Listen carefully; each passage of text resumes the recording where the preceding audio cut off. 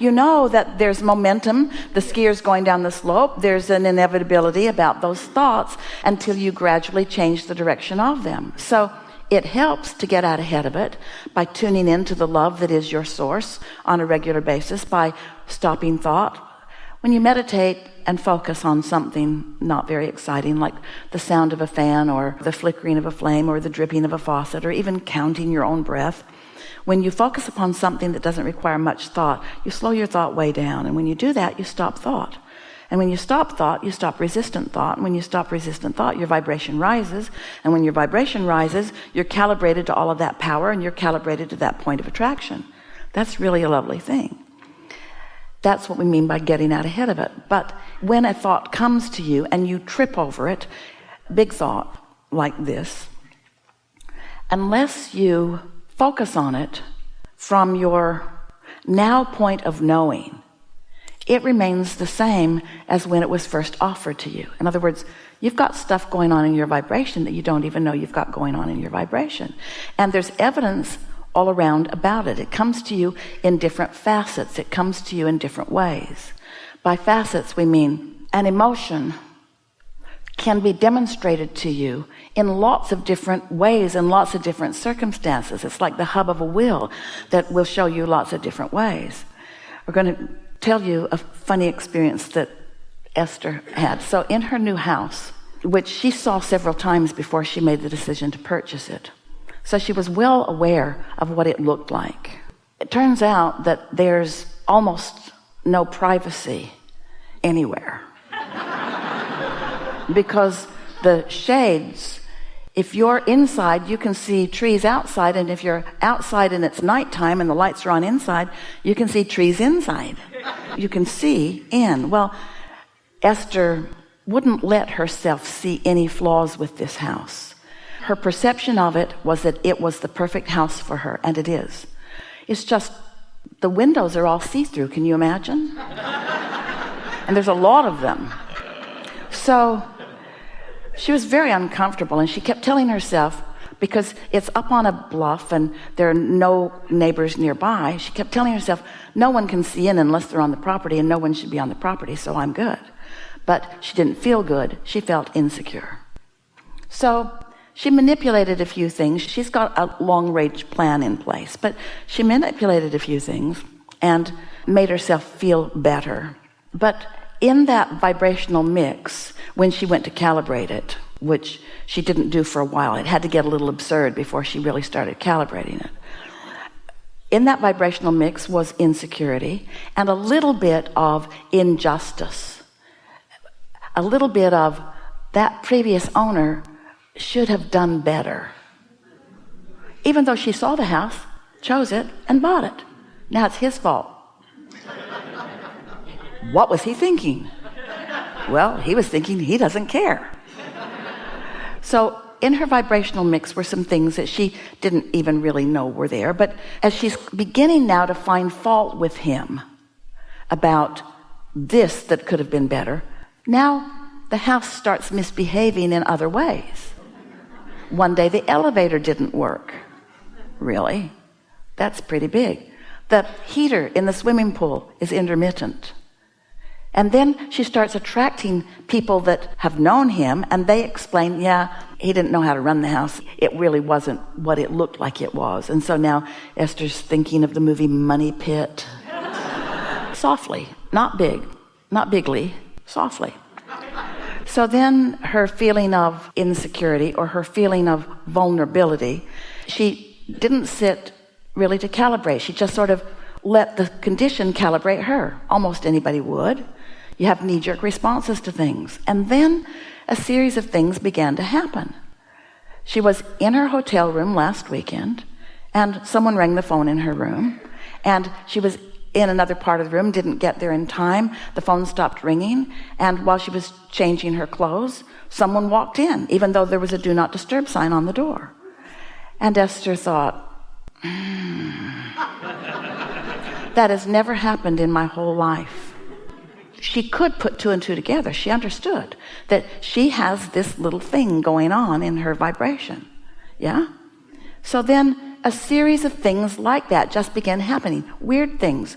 things disappearing in setup that never have disappeared before. And Esther knows that it's because she walked into a situation not really paying attention. When she started to pay attention, she didn't like what she saw. She calibrated to what she saw that she didn't like, activated in her vibration, and then every cooperative component in the vicinity to that began showing itself to Esther. Well, when you know about calibration, it doesn't feel like someone else's fault, and it doesn't feel like anything going wrong. It feels like an opportunity to really acknowledge how well things are going for me. Does that make sense to you? Because anything that is active in your vibration will turn up over and over and over again. And it will come to you in so many different varieties of ways that it will show you exactly what your feeling is about this and this and this and this and this. A feeling that you have the ability to change. You have the ability to show yourself that you are secure on every subject in the world. But you have to take the time to do it. Because if you're still carrying around something that you learned from your mother or from your father, they said it and you were little and they were big and you thought they were right. And if you didn't think they were right, they made sure that you did think that they were right. And so they sort of badgered you into calibrating to what they believed. And what they believed was only for them to believe. It didn't have anything to do with you, you see. And so then you come along and you're tuned in, tapped in, turned on, and you are drawn. Oh, you were a cooperative component. You're drawn into this magnificent relationship.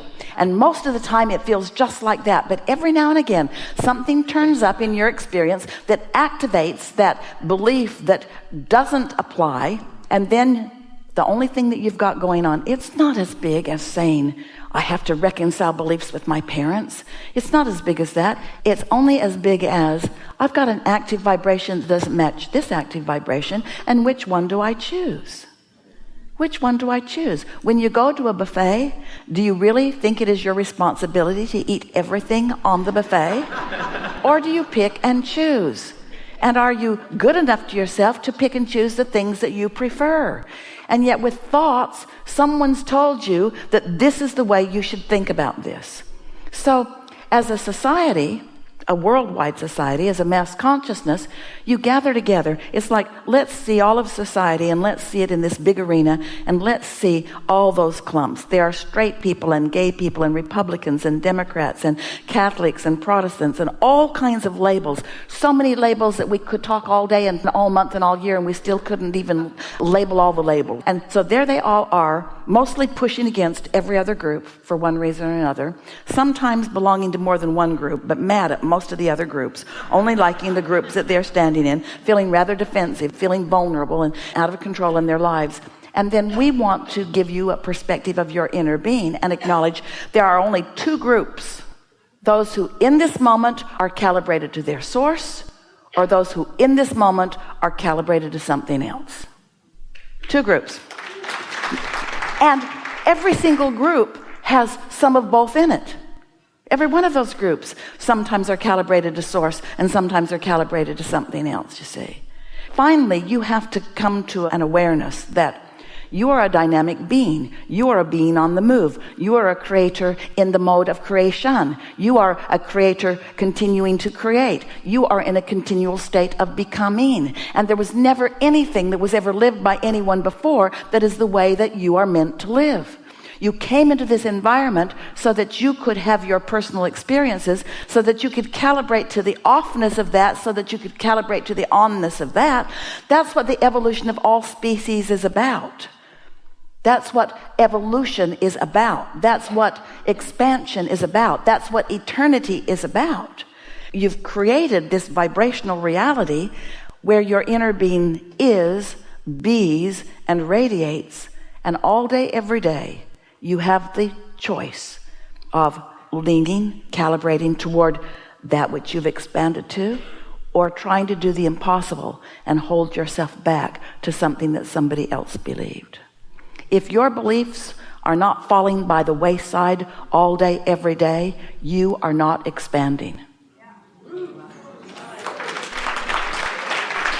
And look at those unwilling to release old beliefs. Look at their misery and their determination and their meanness and their fear.